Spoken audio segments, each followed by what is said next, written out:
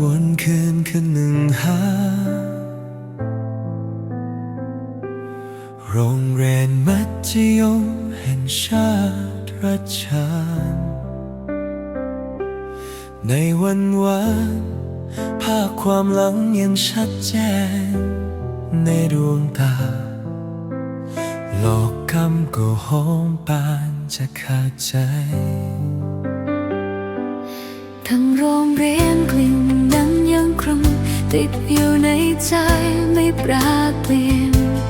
ไม่เคยจางหายตามเข็มนาฬิกาที่หมุนไปมองกลับไปวันที่แสงไฟริบหรี่ถ้าไม่มีครูหมู่ไม่มีโรงเรียนแห่งนี้ชีวิตพวกเราคงมืดมนไร้เข็มทิศครูอีปีตารายบทกวีปลุกความคิดขอบคุณที่มอบแสงสว่างและแสงที่ให้ลูกศิษย์ย้ายมีวันนี้ที่ภาคภูมิถึงตัวครูจะจากไปไกลลับตาแต่พวกเรายังศรัทธาและคิดถึงเสมอ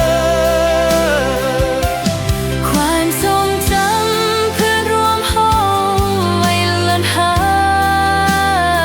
ยตราตรึงอยู่ทุกคราในสนามบินที่เคยวิ่งเล่นเสียงหัวเราะรอยยิ้มที่ไม่เคยห่างเหินยังอุ่นในใจไม่ว่าเราจะเดินไปไกลเพียงใด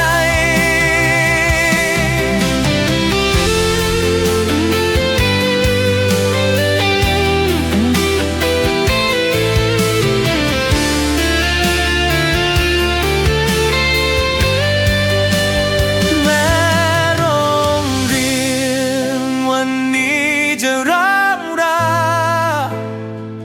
แต่จิตวิญญาณครูยังคงสอนเราอยู่ทุกเวลาผ่านท่วมทำนองเลือดตายที่ปลุกใจให้กล้ายังกังวานนิรันดร์ย้ำเตือนในกายว่าเราคือใครอย่าลืมรักเงาของตนเองหมวกกำกอร่วงโรยลงพื้นแต่ความกตัญญูยังบานสะพรั่งทุกค่ำคืนวิชาที่ครูฝากฝัง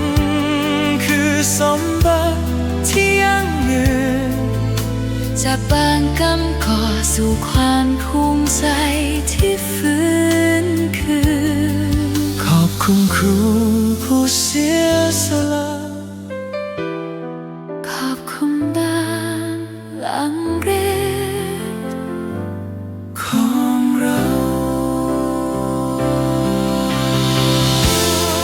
อดีตที่รุ่งเรืองปัจจุบันที่ต้องฝันฝ่าต้องรักษาภาษา